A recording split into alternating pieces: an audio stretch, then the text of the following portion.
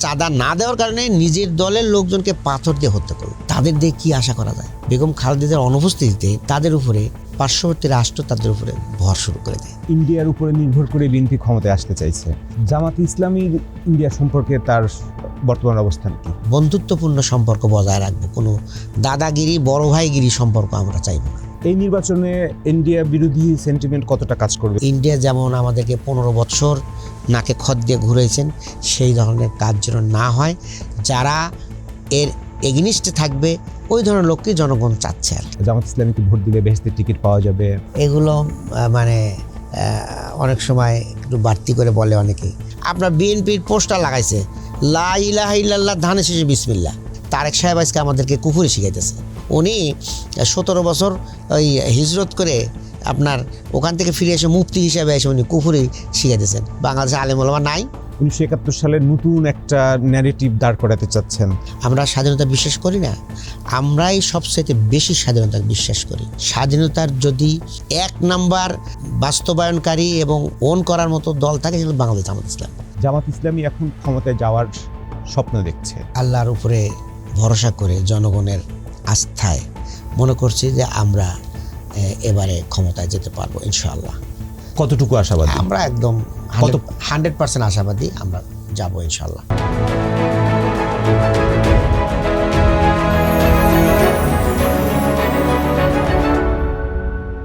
Hello and welcome to আর কাবেল presents কেমন সংসদ চাই। আর কাবেল বাংলাদেশের একমাত্র ইউএল এবং ভিডি সার্টিফাইড কেবল, যা A grade LME register copper ক্যাথোডে তৈরি এবং 100% ফ্লেম রিটার্ডেন্ট সম্পন্ন। আর কাবেল, ওয়্যারস উইদাউট ওয়ারিজ। আমাদের সাথে আজ অতিথি হিসেবে উপস্থিত আছেন বাংলাদেশ জামাতে ইসলামীর কেন্দ্রীয় কর্ম পরিষদের সদস্য ও জামাত ইসলামী ঢাকা মহানগরীর দক্ষিণের নায়েবে আমির advocate doctor Mohammad Helal Uddin. Advocate Helal Uddin, আপনাকে আমাদের স্টুডিওতে স্বাগতম। জি, আপনাকেও স্বাগত। আপনি কেমন আছেন? আলহামদুলিল্লাহ। এখন চারিদিকে নির্বাচনী প্রচারণা, নির্বাচনী উত্তেজনায় দেশ কাঁপছে, বাংলা পত্রিকার হেডলাইন এরকম হয়। তো এর মাধ্যমে একটা সংসদ গঠিত হতে যাচ্ছে। এই সংসদের সামনে অনেক কাজ আছে বলা হচ্ছে, রাষ্ট্র সংস্কারের, সংবিধান সংস্কারের। আপনার দল হিসেবে আপনাদেরও অনেক প্রতিশ্রুতি আছে, আপনাদেরও কিছু দলীয় যেটা কর্মসূচি আছে। তো আপনারা কেমন সংসদ চান, মানে জামাতে ইসলামী কেমন সংসদ চায়? আমাদের সাথে যুক্ত দর্শক শ্রোতা সবাইকে আন্তরিক সালাম এবং শুভেচ্ছা। আসসালামু আলাইকুম রহমতুল্লাহ। দেখুন, দীর্ঘ প্রতীক্ষিত জাতীয় সংসদ নির্বাচন, আমরা 15 বছর ভোট দিতে পারিনি।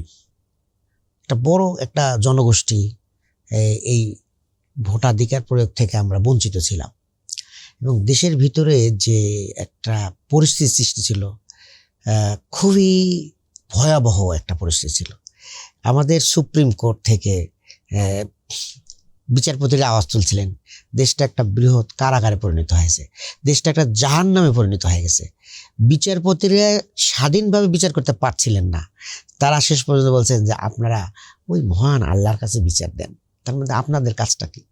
আল্লাহর কাছে বিচার তো দিবেই মানুষ, সর্বশেষ ঠিকানা, সেটা মৃত্যুর পরে সেটার ফয়সালা হবে। কিন্তু আপনাদেরকে বসানো হয়েছে বিচার করার জন্য, বিচার করতে পারছিলেন না। এই একটা পরিস্থিতি ছিল। সেই ফ্যাসিস্টকে সরানোর জন্য মানুষের যে ত্যাগ, কোরবানি, রক্ত, শাহাদাত, এগুলোর পরে আয়নাঘর, আপনার গুম খুন, তারপরে রিমান্ড, নির্যাতন, ডান্ডাবেরি, এগুলোর পরে যখন একটা মুক্ত বিহঙ্গের মতো মানুষ এখন অবস্থান করছে, এই প্রেক্ষিতে যে ইলেকশনটা, সেটা খুবই আনন্দ মুখর একটা নির্বাচন হবে, এটি কামনা করে মানুষ। এবং এই যে সংসদটা হবে, এই সংসদ এই যে শহীদদের স্বপ্ন বাস্তবায়নের সংসদ হবে, এই সংসদ হবে ন্যায় বিচারের সংসদ, এই সংসদ হবে মানুষের মধ্যে সাম্যতা, ন্যায্যতা আনয়নের সংসদ, এই সংসদ হবে হলো উন্নয়ন অগ্রগতির বাংলাদেশ গড়ার সংসদ। এই ধরনের একটা সংসদ যেন প্রাণবন্তভাবে কাজ করতে পারে, সেই ধরনের সংসদই বাংলাদেশ জামাত ইসলামী চাচ্ছে।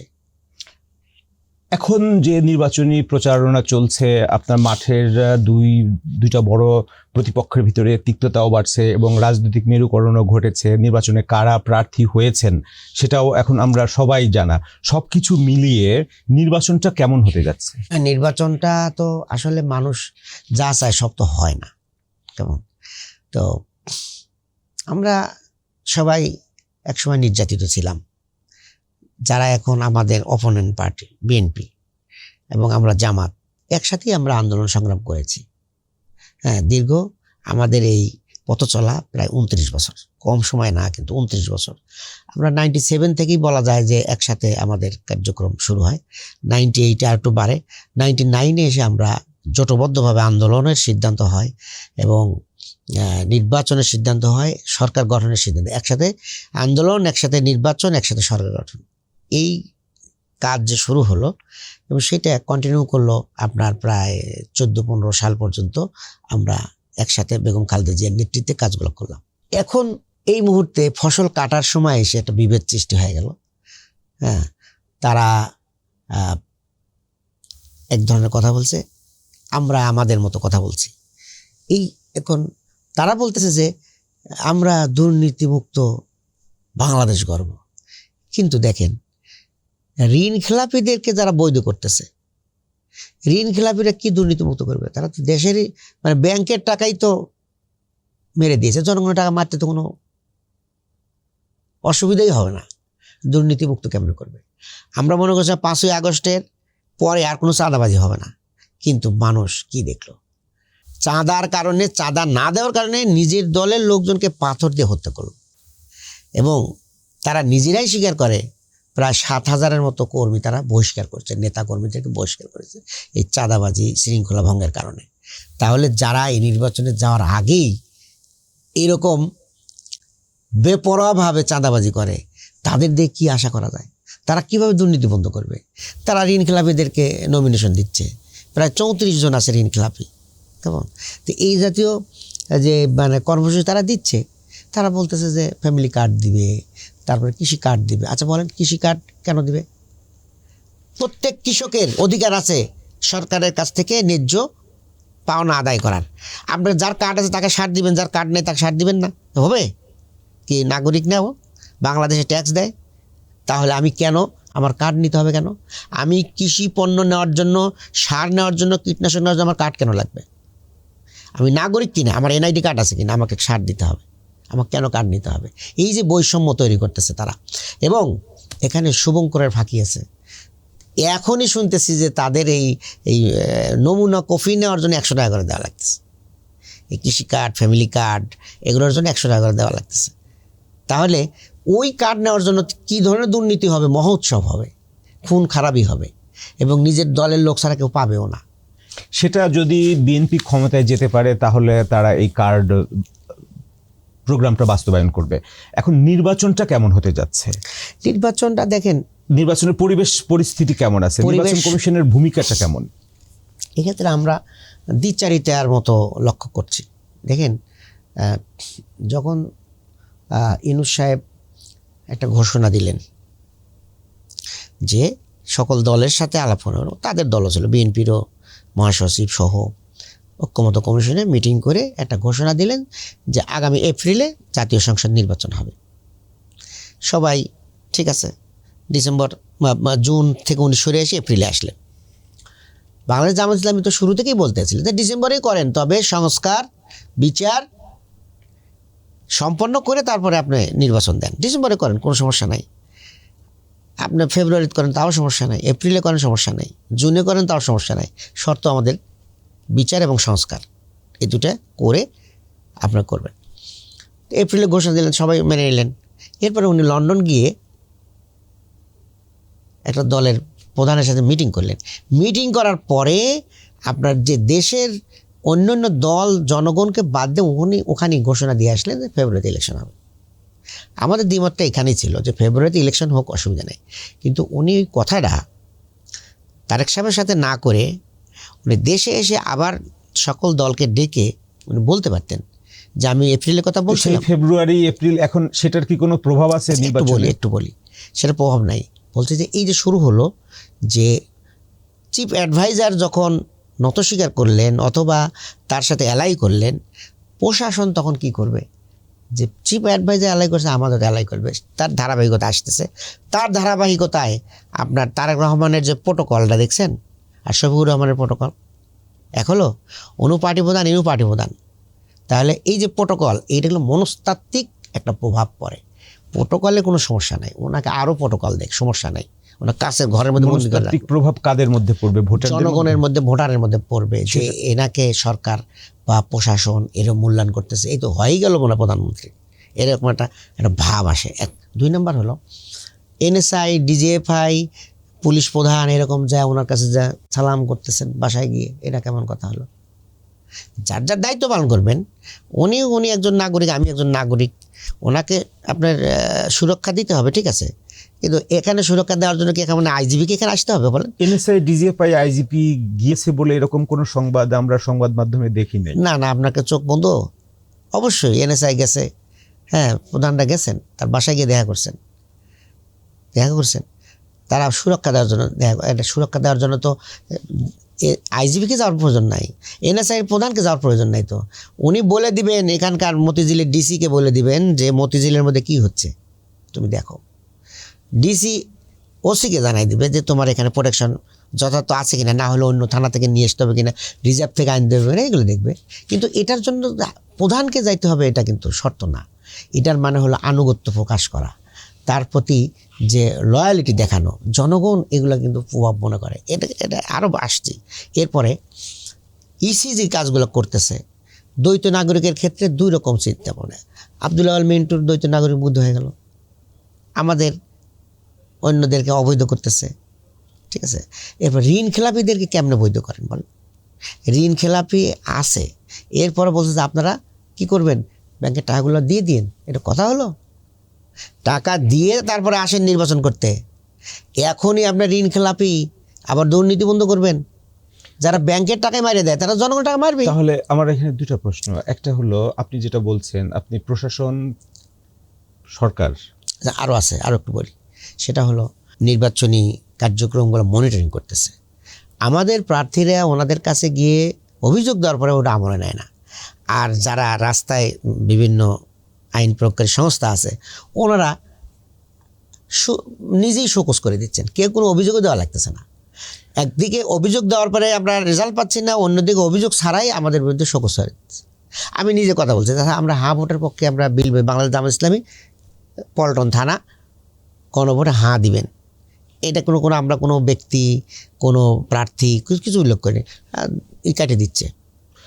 আপনি যে আপনাদের দলের পক্ষ থেকে যে অভিযোগগুলো তুলছেন, আপনারা প্রশাসনের নিরপেক্ষতা নিয়ে প্রশ্ন তুলছেন, নির্বাচন কমিশনের নিরপেক্ষতা নিয়েও প্রশ্ন তুলছেন, তাহলে ফাইনালি কি নির্বাচনের একটা গ্রহণযোগ্য নির্বাচন হওয়ার থেকে আমরা দূরে আছি? মানে গ্রহণযোগ্য একটা নির্বাচন হওয়ার নিয়ে কোনো সংশয় সন্দেহ আছে আপনাদের ভিতরে? এরকম যদি চলতে থাকে তাহলে তো সংশয় হবেই। আমরা বলছি কি জানেন, আমরা চাই যে মানুষ এখন একটা ইলেকশন চাচ্ছে এবং দেশের জন্য ইলেকশনটা জরুরি, যথার্থ। কারণ এই ফ্যাসিস্টের সময়ে এক ধরনের কালচার ছিল, তারা পালাই গেছে, টাকা পয়সা নিয়ে তছরূপ করে গেছেন। এরপরেও যাদের কাছে টাকা পয়সা আছে তারাও কিন্তু এখন মানে সিদ্ধান্তহীনতা ভুগছেন। অর্থাৎ কোনো ধরনের ডেভেলপমেন্ট হচ্ছে না, কোনো ইনভেস্টমেন্ট হচ্ছে না। তো এই মানুষগুলো চাচ্ছে নির্ভরতা, একটা সুরক্ষা চাচ্ছে। একটা গণতান্ত্রিক সরকার আসলে, একটা নির্বাচিত সরকার আসলে আবার মানুষ কিন্তু কাজে। আপনি এর আগে একটা শব্দ ব্যবহার করেছিলেন যে 5ই আগস্টের পরে আপনি বিএনপি এবং জামাতের যেটা দীর্ঘদিনের একটা সুসম্পর্ক ছিল, একসাথে আন্দোলন করেছেন, নির্বাচন করেছেন, সরকার গঠন করেছে, সেই রেকর্ডও আছে। ফসল কাটার সময় এসে আপনাদের ভিতরে তিক্ততা বাড়লো। এই ফসল কাটার সময় তিক্ততা বাড়লো কেন? এটা কি ভাগ নিয়ে যে কেউ বেশি চাচ্ছে, কেউ কম চাচ্ছে? না, ফসল কাটা নিয়ে তিক্ততা আমরা বাড়লো কিন্তু দেখেন, আমাদের সংগঠনের একটা নীতি আদর্শ আছে। আমরা ক্ষমতার রাজনীতি করি না। সেটা যদি হতো, এই ঢাকা 8 আসনে আমি দীর্ঘ প্রায় 22 বছর এখানে কাজ করি। আমার রাজশাহী ইউনিভার্সিটির আমি প্রেসিডেন্ট ছিলাম শিবিরের। এবার কেন্দ্রে আমি 2 বছর কাজ করেছি, সেন্ট্রাল অফিস সেক্রেটারি হিসেবে আমি বিদায় নিয়েছি। নেওয়ার পর থেকেই এই পল্টন মতিঝিলে আমি কর্মী হাতে হাতে আগাইছি। এখন আমি কেন্দ্রীয় কর্ম পরিষদ সদস্য, আমাদের সেকেন্ড লেয়ারের আমি নেতৃত্ব দিচ্ছি, অর্থাৎ ফার্স্ট লেয়ার নির্বাহী, এরপরেই গণপরিষদ, এবং আমি ঢাকা মহানগর দক্ষিণ নায়েব আমির। আমি এই জায়গায় আন্দোলন সংগ্রাম করতে গিয়ে আমি গুলিবিদ্ধ হয়েছি। আমার নাভির নিচ দিয়ে গুলি লেগে আমার পিছন দিয়ে বের হয়ে গেছে মিছিলের সামনে থাকার কারণে। এরপরে আমাকে গুম করা হয়েছে 2 বার, আমাকে রিমান্ডে নেওয়া হয়েছে। এমনকি শবে বরাতের দিন মানুষ যখন ধর্মীয় উৎসব এবং আল্লাহর মানে মহিমা কীর্তন করছেন, হ্যাঁ, এই ধরনের পরিবেশে আমি রিমান্ড, মানে আমার বাড়ি থেকে ছোট ছোট বাচ্চারা এসে চোখের পানি ছেড়ে দিয়ে শবে বরাতের দিন আমি বাসায় নাই, আমি ঈদের দিনে জেলখানায়। এইভাবে আন্দোলন করে কিন্তু আমি এই জায়গায় গড়ে উঠেছি, যে কারণে সংগঠন থেকে আমাকে মনোনয়ন দেওয়া হয়েছিল। আমি দীর্ঘ 1 বছর এখানে কাজ করেছি। কাজ করার পরে আমাকে বলছে যে তুমি এখানে স্যাক্রিফাইস করো, এনসিপি এখানে কাজ করতে, ঢাকা 8 আসন। ঢাকা 8 আসনে।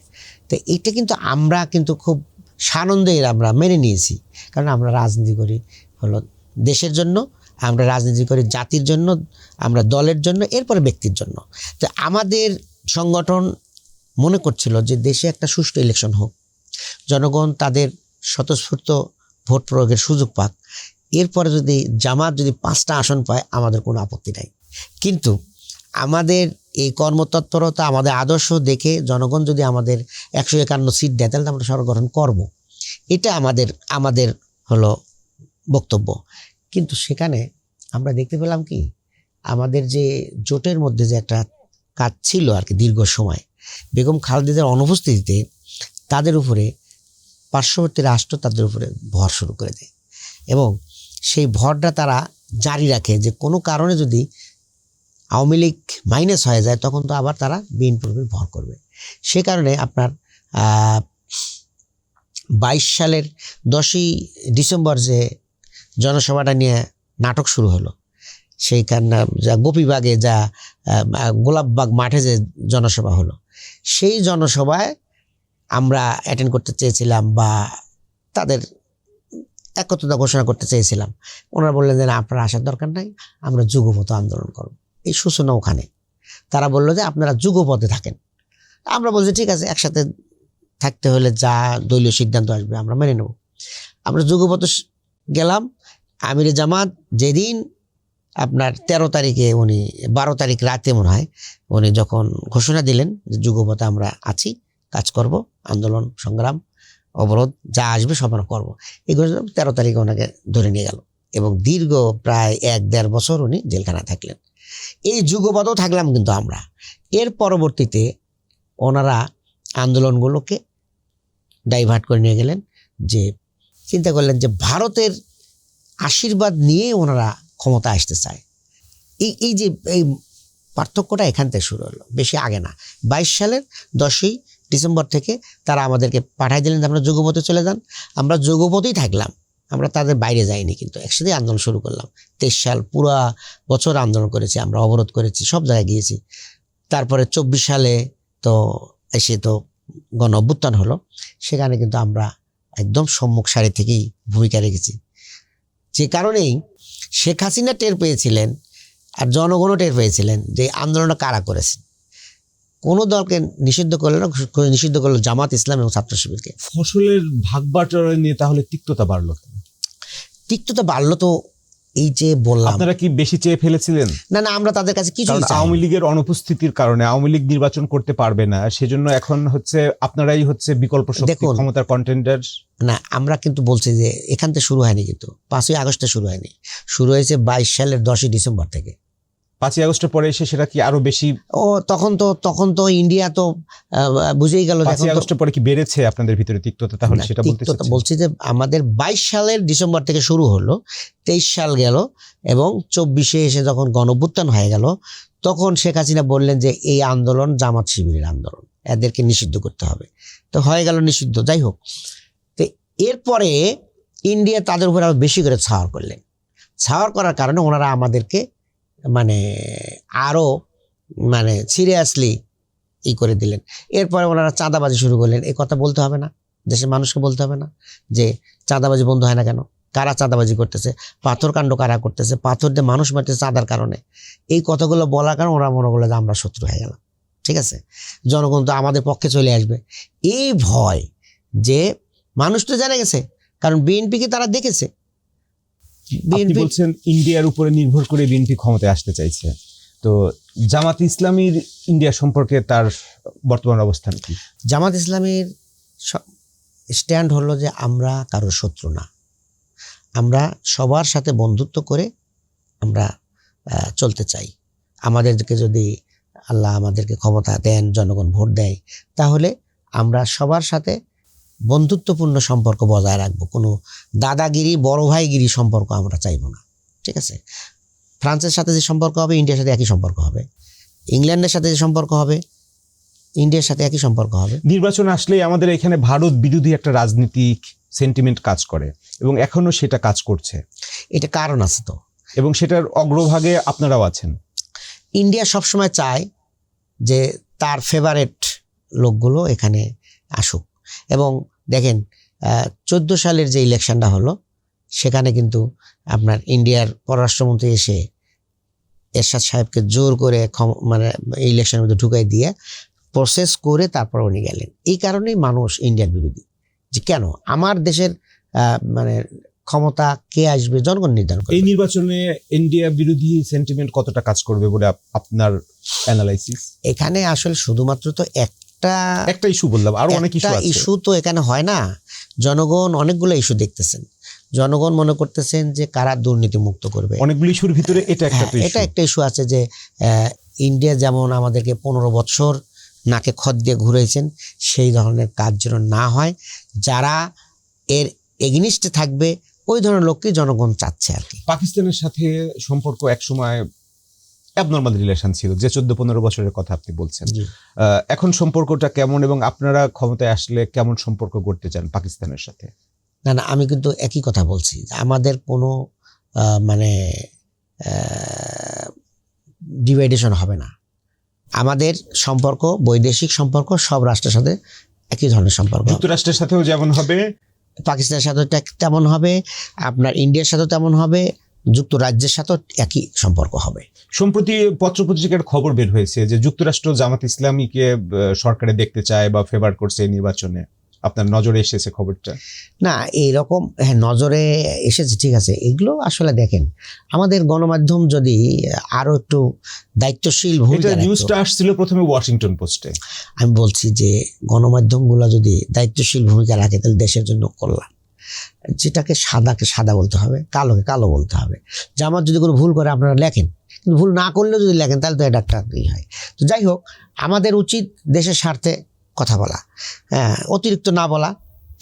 ওই সংবাদের সূত্র ধরে আপনাদের কোনো একজন প্রার্থী কিন্তু এটাও বলেছেন তার নির্বাচনী প্রচারণায় যে যুক্তরাষ্ট্র জামাত ইসলামীকে ক্ষমতায় চায়। না, যুক্তরাষ্ট্র চায় কি না চায় সেটা আমাদের বিষয় নয়, আমরা তো চাই যে জনগণ চায় কিনা এটা আমাদের বিষয়। আচ্ছা, জনগণ প্রসঙ্গে আমরা একটু অন্য প্রসঙ্গে যাই, এবার একটু নারী ইস্যুতে যাই। এবার নারীর ক্ষমতায়ন সামনের দিনগুলো কেমন হতে পারে? জামাত ইসলামী ক্ষমতায় আসলে নারী স্বাধীনতা, নারীর কর্মসংস্থানের স্বাধীনতা, বিভিন্ন রকমের প্রশ্ন আছে, আপনারাও শুনতে পাচ্ছেন। এই প্রশ্নগুলো সম্পর্কে একটু আমি আপনার দলের অবস্থানগুলো জানতে চাইবো। তার আগে প্রথমেই জানতে চাইবো যেটা হলো, আগামী সংসদ যেটা গঠিত হবে তার একটা বড় দায়িত্ব হবে সংস্কারের। যেমন এখন গণভোটও হচ্ছে সংসদ নির্বাচনের সাথে জুলাই সনদ বাস্তবায়নের জন্য। তো এই জুলাই সনদে আপনারা তো স্বাক্ষর করেছেন, জামাত ইসলামী স্বাক্ষরকারী দল। তো জুলাই সনদের একটা অঙ্গীকার ছিল যে এই নির্বাচনে প্রতিটা দল 5% নারী প্রার্থী দিবে। জামাত ইসলামী একটা স্বাক্ষরকারী দল, তো জামাত ইসলামী কোনো নারী প্রার্থী দিয়েছে এই নির্বাচনে? না, আমরা নারী প্রার্থী দেইনি। তাহলে কেন দেওয়া হয়নি? আমাদের একটা ব্যর্থতা। দেখুন, একটা দেশে 15 বছর কোনো কালচার ছিল না, পুরুষরাই তো বের হতে পারতো না। আমরা যে জামাত একটা মানে একটা দল, আমরা কোনো সভা সমাবেশ করতে পারি, মানুষের বাড়ি যেতে পারি নাই, আমাদের মার্কাটা বন্দি করে রাখা হয়েছিল, দলকে ক্যান্সেল করে দেওয়া হয়েছিল। তো এই পরিস্থিতিতে আমরা পুরুষরাই কাজ করতে পারিনি। এখন 5ই আগস্টের পরে একটা পরিবেশ এসেছে, আমরা মানুষের কাছে যাইতে পারছি, আমাদের মার্কা ফিরে পেয়েছি, দলের নিবন্ধন ফিরে পেয়েছি। তো এই মুহূর্তে আমাদের বোনদেরকে নির্বাচনমুখী করা, তাদেরকে জনগণের কাছে নিয়ে যাওয়া, এই পরিবেশটা আমরা পাইনি স্বল্প সময়ের কারণে। তাহলে আপনাদেরকে প্রার্থী সংকট ছিল?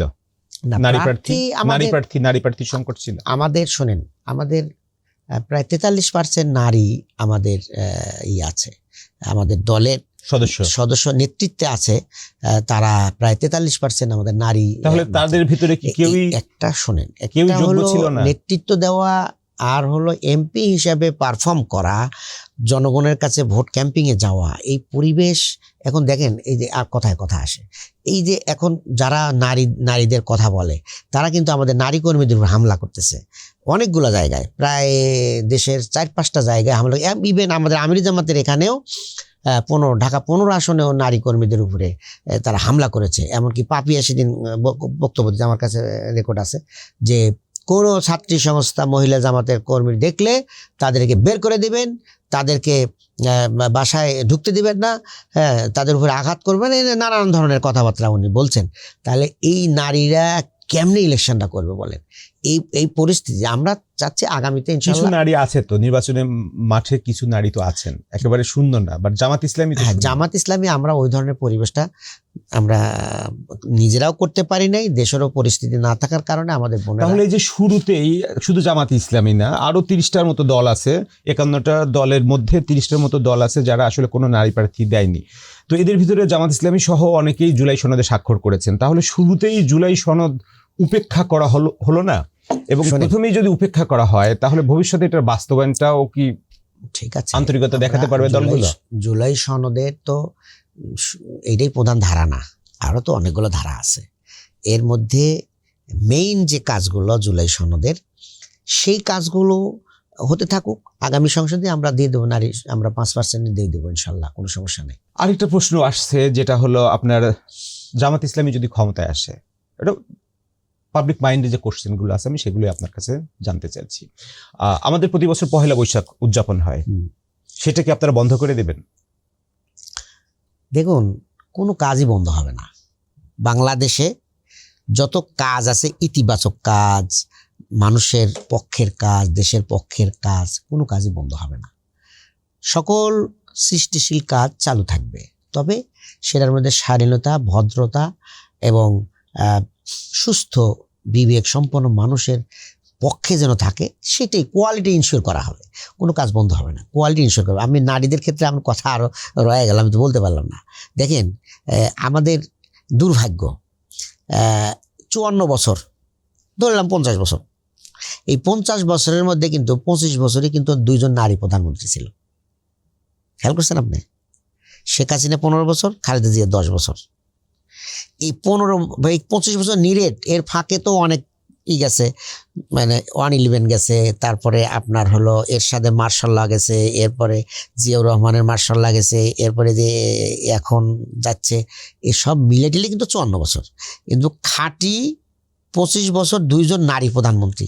এই নারী প্রধানমন্ত্রী থাকার পরেও নারীদের নিয়ে যে ধরনের কাজ হওয়া উচিত ছিল সেটা হয়নি। কিন্তু হয়েছে, অনেক কিছুই হয়েছে। যেমন মনে করেন যে অবৈতনিক শিক্ষা ব্যবস্থা চালু করেছেন নারীদের জন্য, মানে ছাত্রীদের জন্য উপবৃত্তি দিয়েছেন, এগুলো অনেক কাজই হয়েছে, বাট আরও হওয়া উচিত ছিল। যেমন মনে করেন অনেক নারী নির্যাতনের ঘটনা ঘটেছে, খুবই আলোড়ন সৃষ্টি করেছে, মানুষের বিবেককে নাড়া দিয়েছে, সেগুলো কিন্তু তাৎক্ষণিক বিচার হয়নি। অথচ দেখেন, আমাদের ছোট বোন আসিয়ার উপরে যে পাশবিক নির্যাতন হলো, এই নির্যাতনের পরে 3 মাসের মধ্যে বিচারটা হলো। কিন্তু প্রশাসনের সদিচ্ছা থাকলে অনেক কিছুই পারা যায়।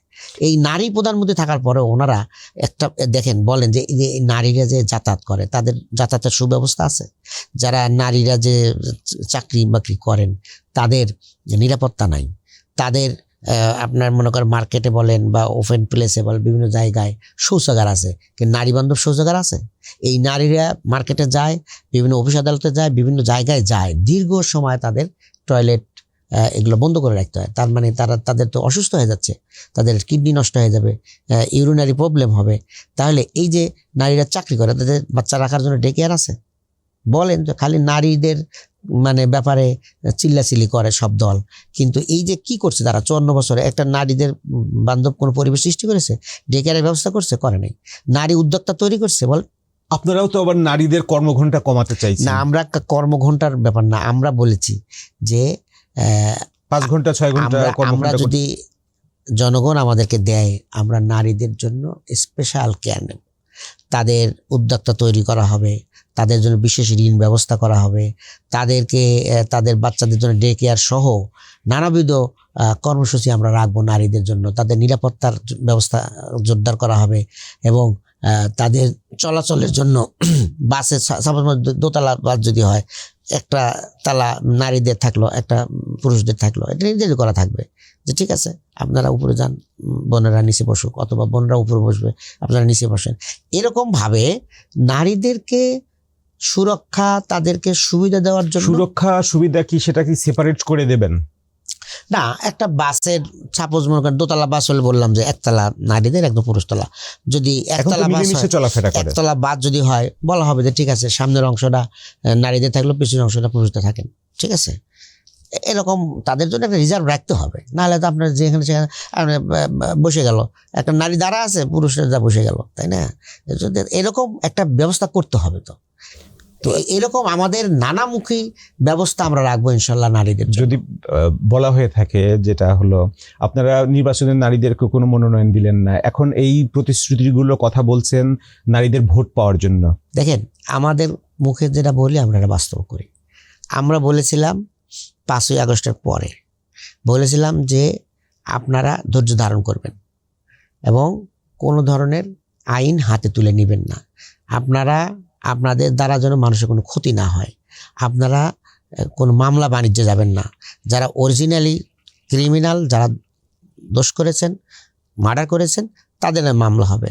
অতিরিক্ত লোক দিয়ে এখন যেটা হচ্ছে আর কি, মামলা বাণিজ্য হচ্ছে, আপনার 200-300 লোকের নাম দিয়ে দিচ্ছে, এরপরে আসেন নাম কাটাই দিই, টাকা দেন, নাম কাটাই দিচ্ছে। এই বাণিজ্য জামাতের কোনো নেতার বিরুদ্ধে নাই, আছে বিএনপির নেতাদের আছে যে তারা মামলা বাণিজ্য। আমরা নারী প্রসঙ্গে কথা আচ্ছা, বলছিলাম। এরকম আমরা যেটা ওয়াদা করি আমরা সেটা রক্ষা করি। আমাদের মন্ত্রীরা দুর্নীতি করে নাই, এটা আমাদের কাছে ইনস্ট্যান্ট আছে। 5 বছর থাকছেন 2 টাকা দুর্নীতি হয়নি। তো এখন আমরা যেটা বলবো সেটা আমরা করবো। আপনি একটা কথা বলেছিলেন যে পহেলা বৈশাখ বন্ধ করা হবে না, কোয়ালিটি বাড়ানো হবে।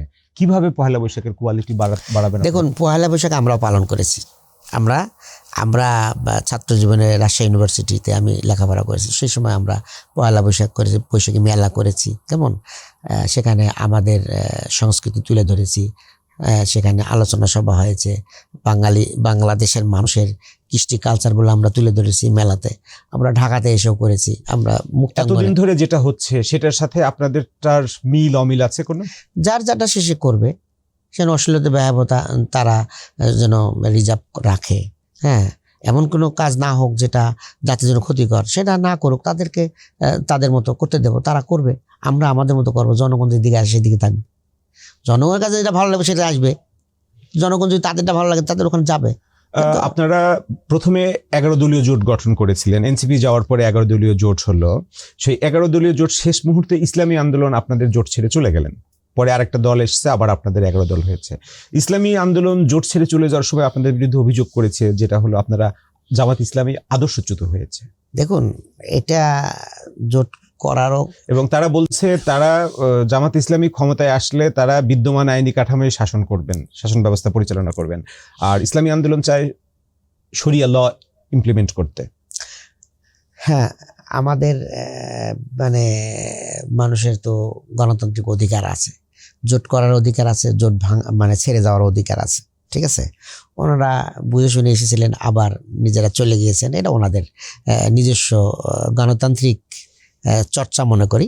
ওনারা বের হয়ে গেছেন, আমরা চেষ্টা করেছি একসাথে থাকার জন্য, এবং উদ্যোগ তারা শুরু থেকে আমাদের সাথে ছিলেন, দীর্ঘ সময় আমরা একসাথে কাজ করেছি, ওনাদের অফিসে গিয়েছি, ওনারা আমাদের অফিসে এসেছেন, এই সৌহার্দ্যপূর্ণ একটা পরিবেশ সৃষ্টি হয়েছিল। এখন শেষের দিকে এসে ওনারা চলে গেলেন, এটা আমরা খুব বেশি বড় মনে করছি না, একসাথে তো আছি, না কারণ বলতে পারবো না, কারণ যারা গেছেন ওনারা বলতে পারবে, আমরা এগুলোকে এই করতে চাই না। পত্রিকায় খবর দেখেছি আসলে আসন ভাগাভাগি নিয়ে, তারা যতগুলো আসন চেয়েছিল ততগুলো আসন আপনারা ছাড়তে রাজি হননি। এটা হতে পারে, কারণ এক্সপেকটেশন থাকতে পারে কারণ যে বেশি দরকার, কিন্তু আমরা বলেছি যে দেখুন, শুধু আসন নিয়ে তো লাভ হবে না, জিতে আসতে হবে। এক হলো আপনার জনশক্তি কেমন, আপনার প্রার্থীর জনপ্রিয়তা কেমন, এগুলো তো যাচাই বাছাই করে আপনার ন্যূনতম বিজয়ের সম্ভাবনা থাকলে আমরা দিয়ে দেবো। এটার ভিত্তিতেই সবার সাথে কিন্তু আলোচনা হয়েছে এবং আমরা অনেক ভালো আসন আমরা ছেড়ে দিই, যেমন আমার আসনটাই আমরা ছেড়ে দিয়েছি এনসিপিকে। এখানে আমার বিজয়ের একদম সম্ভাবনা এনসিপি ছিল। ছেড়ে দিয়েছেন আপনি, কি এনসিপির এখানে নির্বাচন করছেন নাসিরউদ্দিন পাটোয়ারি, জি, আপনি তার পক্ষে কি নির্বাচনী ক্যাম্পেইন করছেন? অবশ্যই আমি করছি, আমার দলীয় কর্মীরা সবাইকে আমি তার সাথে লাগিয়ে দিয়েছি। আমি নিজে যাই, কর্মীরা প্রতিদিন তার পক্ষে কাজ করে।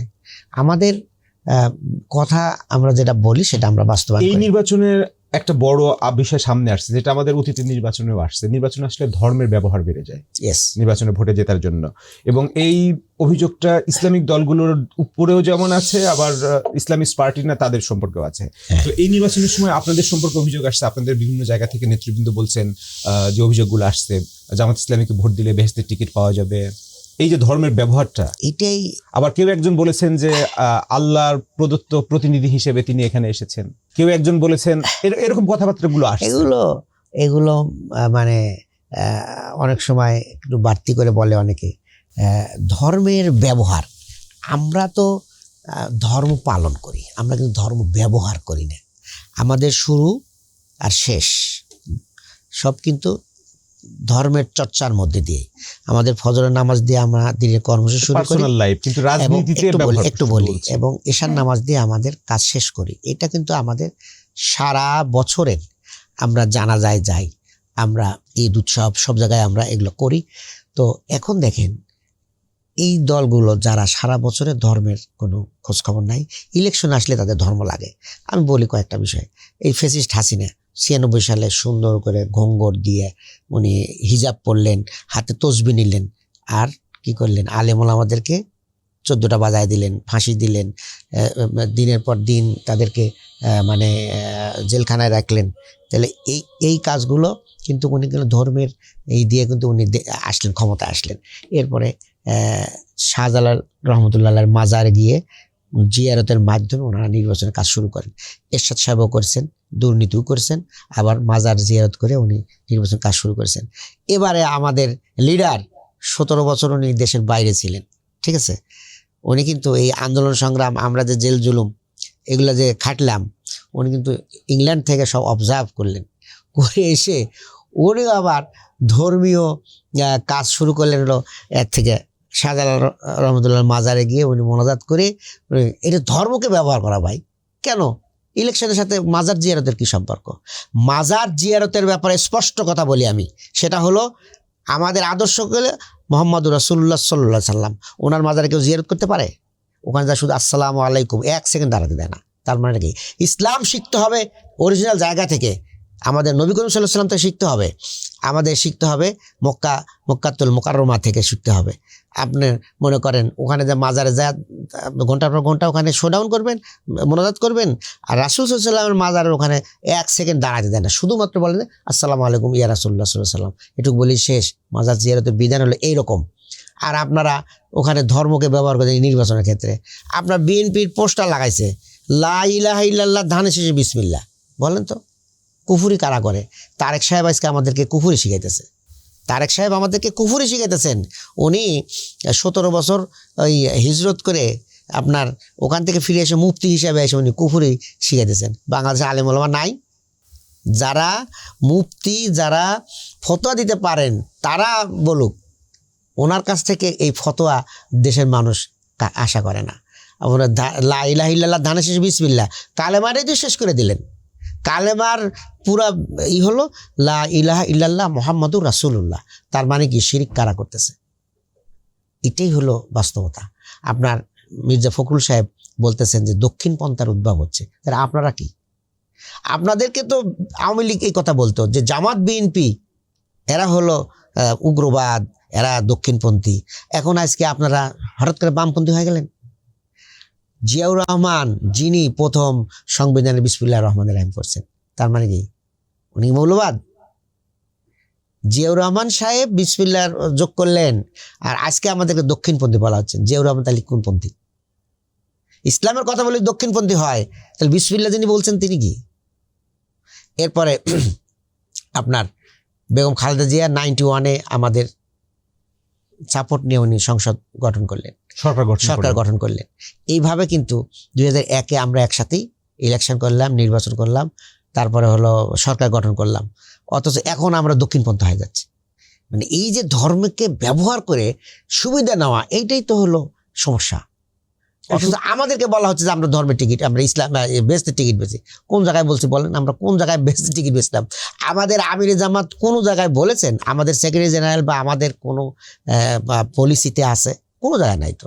আমরা যে পলিসি সাবমিট করলাম, হ্যাঁ, সারা দিন ব্যাপী 9টা থেকে 5টা পর্যন্ত কূটনৈতিক, দেশের সুশীল সমাজ এবং পেশাজীবী সবাইকে নিয়ে আমরা পলিসি সাবমিট করলাম। আমাদের পলিসিটা কি সেটা তো আমরা দিনব্যাপী জানাইলাম।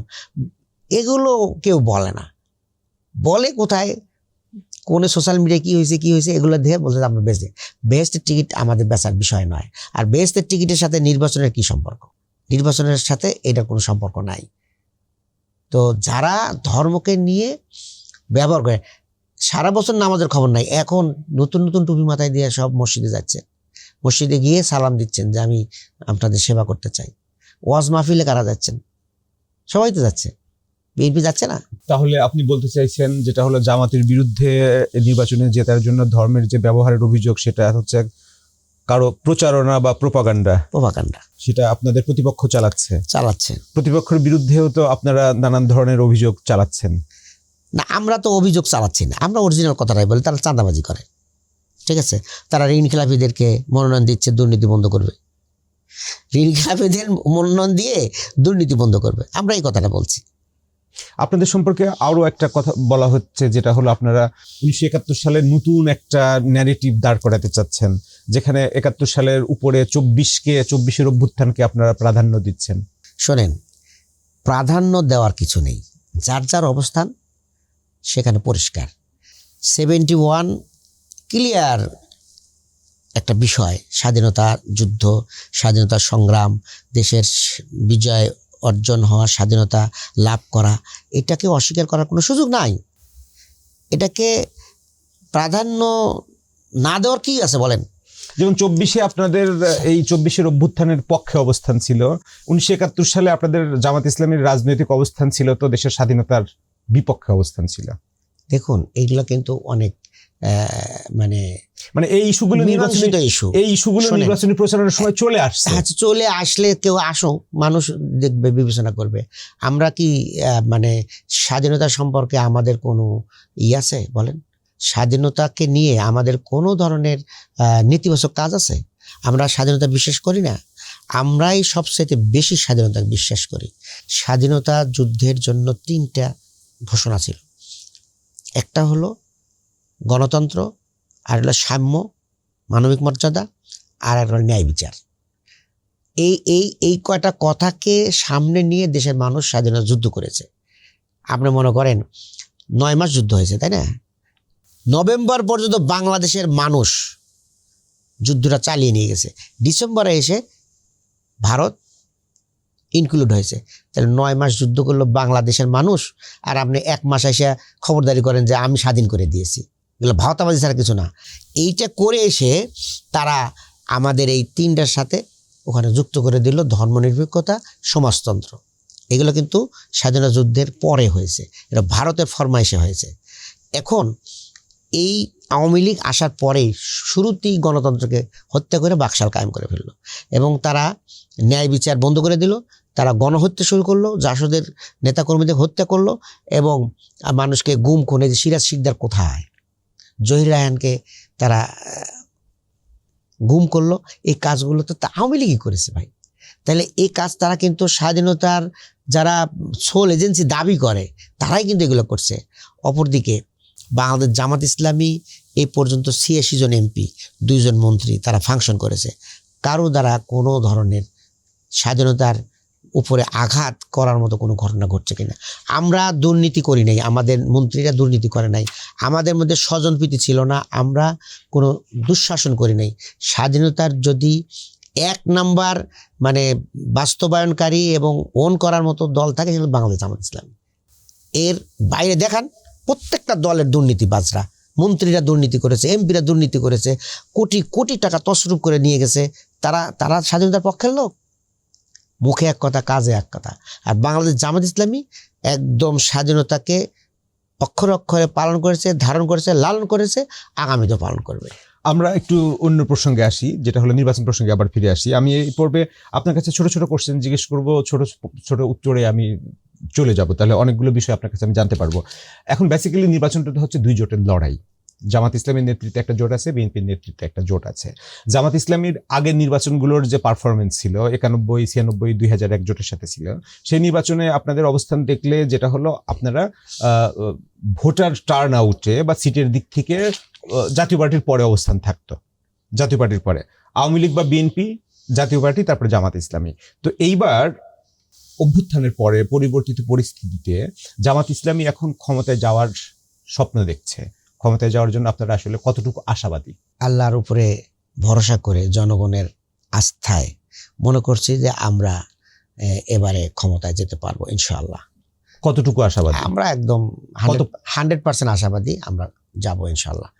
তো আমি বলি, আপনারা ভোটার টার্ন আউটের কথা বলতেছেন, তো ভোটটা হয়েছে 91 সালে, যে সময়ে আমরা 12% ভোট পেয়েছি। 12% ভোট পেয়েছিলাম। এর পরের ভোটগুলো তো আসলে ওইরকম হয় নাই। যেমন 96-এ এক ধরনের নির্বাচন হয়েছে, এরপরে 2001-এ এসে কিন্তু আমরা জোটে চলে গেছিলাম 35টা আসনে। হ্যাঁ, তখন আপনারা জোটবদ্ধ ছিলাম, 35টা আসনে ইলেকশন করেছি, এরপর তার ভোটই হয় নাই। যে কারণে ভোটার টার্ন আউট আপনারা বুঝতে পারবেন না। আমি একটা বলি আপনাকে, দুইটা জিনিস আপনারা লক্ষ্য করবেন। সেটা হলো আপনার 14-15 সালে হলো না, উপজেলা চেয়ারম্যান নির্বাচন হলো না? জি।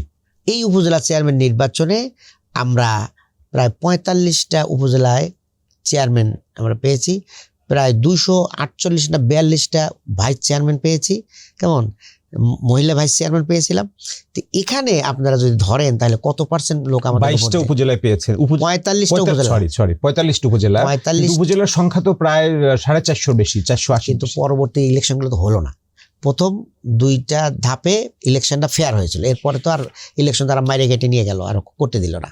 সেক্ষেত্রে বিএনপির চেয়ে আমাদের নির্বাচিত প্রতিনিধির হার বেশি ছিল।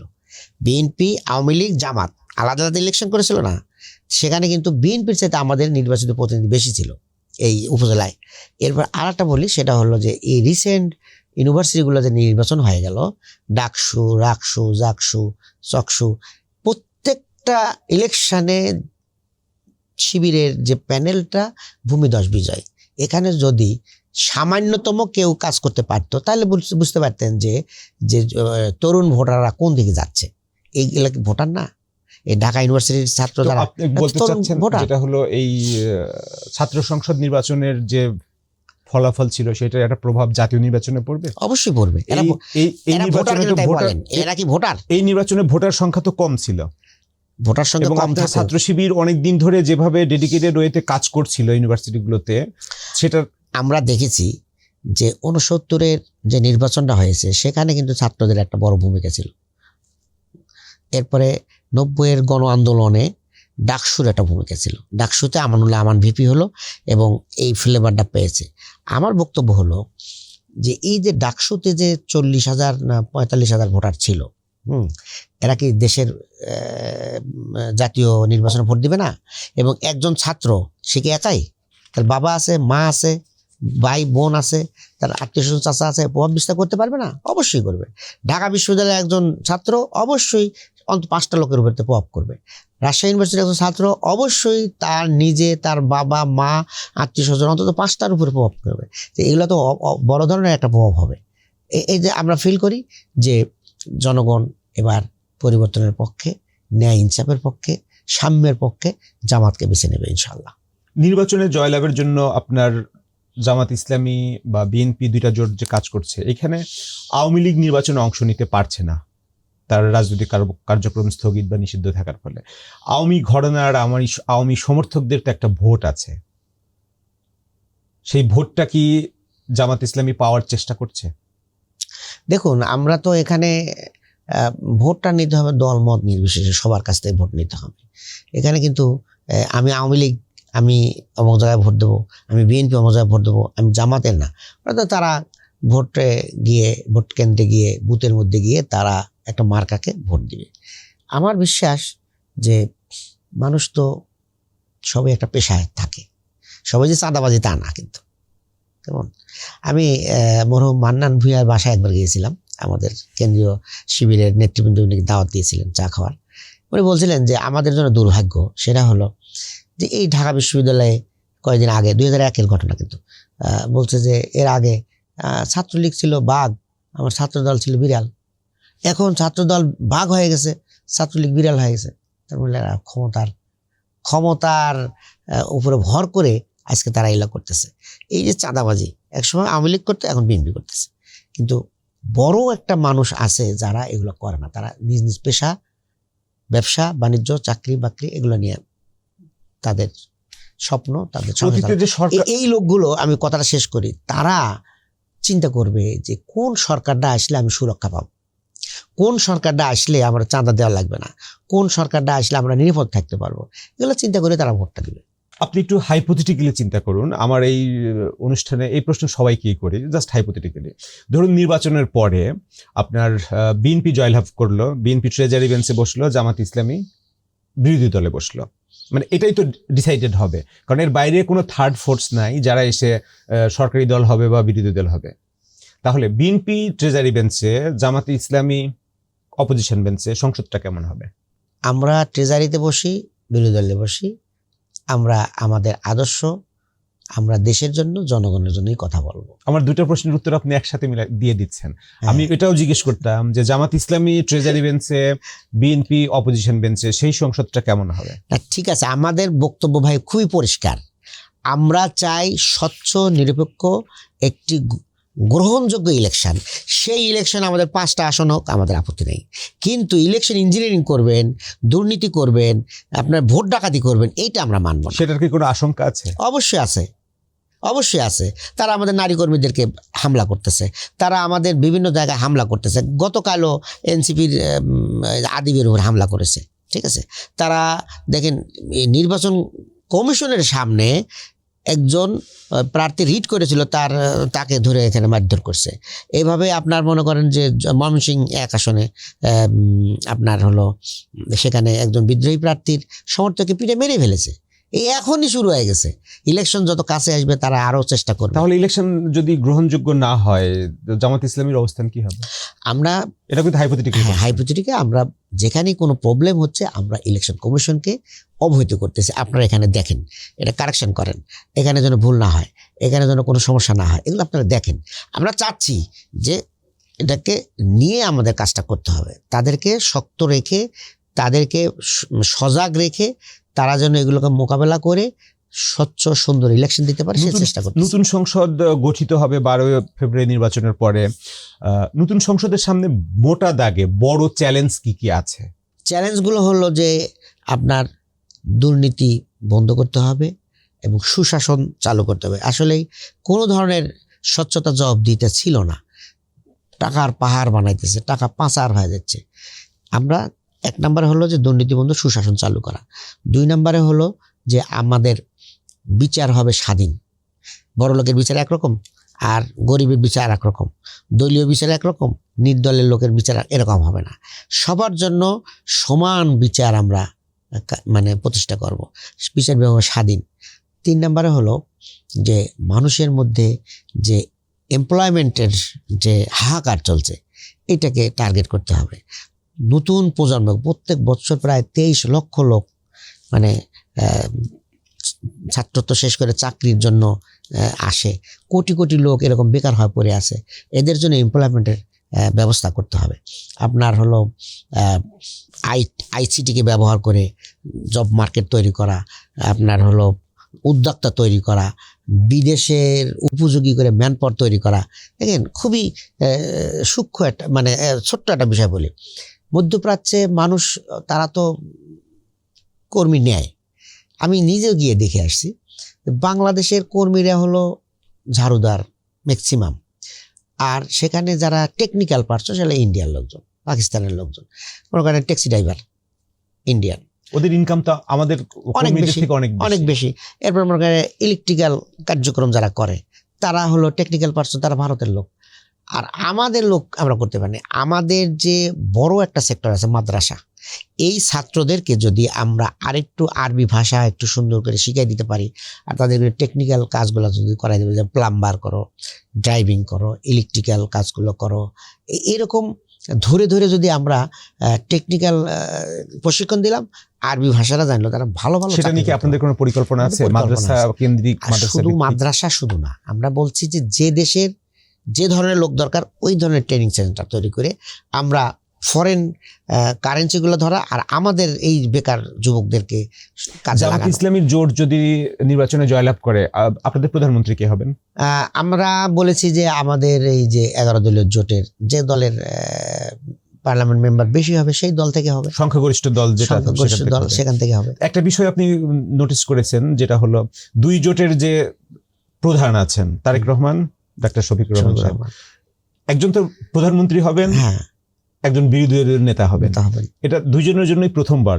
জি, এটা জাতি উপভোগ করবে যে একজন হলো সর্বোচ্চ ডিগ্রিধারী মানে বিসিএস নির্বাচনে জয়লাভ করার রেকর্ড। পারফর্ম, এবং একজন সর্বোচ্চ ডিগ্রি অর্জনকারী একজন লোক হয় প্রধানমন্ত্রী ও বিরোধী দল নেতা হবেন, আর একজন ইন্টারমিডিয়েট পাস একজন লোক হয় প্রধানমন্ত্রী অথবা বিরোধী দল নেতা হবেন। এটাই হলো জাতি দেখবে আর কি। কিন্তু দুজনের কমন জিনিসটা একটাই, কেউই আগে নির্বাচনে জয়লাভ করেন। সেটা করে নাই, ঠিক আছে, সেটা হয় নাই, পরিবেশ ছিল না, হয় নাই।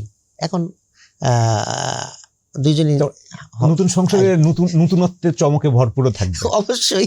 অ্যাডভোকেট মোহাম্মদ হেলাল উদ্দিন, আমাদের সময় দেওয়ার জন্য আপনাকে ধন্যবাদ। আপনি ভালো থাকবেন, সুস্থ থাকবেন, নিরাপদ থাকবেন। আশা করি নির্বাচনের আগে এবং পরে আপনার সাথে আমরা আরো অনেক বিষয় আছে, বিষয়গুলো নিয়ে আবার আলোচনা করব। আপনি ভালো থাকবেন। জি, আপনাকে ধন্যবাদ। আমাকে আপনাদের এখানে সুযোগ দেওয়ার জন্য আমি কৃতজ্ঞ, এবং আমাদের দলীয় এবং দেশের জন্য কিছু কথা বলার সুযোগ দিয়েছেন, সেজন্য আপনাকে আরো মোবারকবাদ জানিয়ে আপনাদের এই পত্রিকা সহ এই যে উদ্যোগ নিয়েছেন এটার সার্থকতা কামনা করছি। আপনারা দেশের জন্য কাজ করুন এবং জাতির জন্য কাজ করুন, ধন্যবাদ। দেশকে এগিয়ে নিয়ে যান। আপনাকে ধন্যবাদ। দর্শক, আমাদের সাথে থাকার জন্য আপনাদের ধন্যবাদ। আপনারা ভালো থাকবেন, সুস্থ থাকবেন, নিরাপদে থাকবেন।